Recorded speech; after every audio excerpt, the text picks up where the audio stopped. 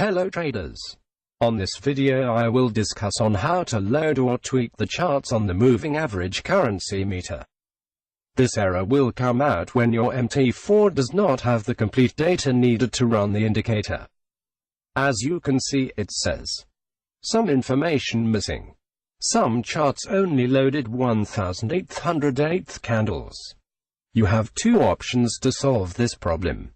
1. Change parameter limit candle to 1808. On this option we have to change the parameter limit candle and put 1808.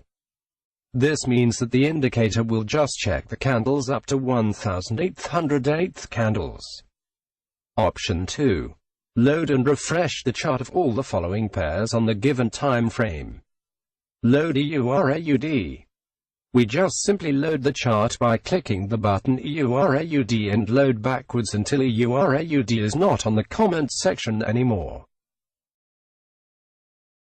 Load EURNZD.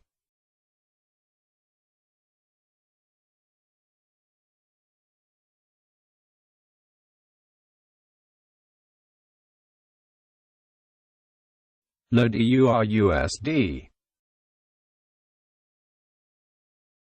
Last chart.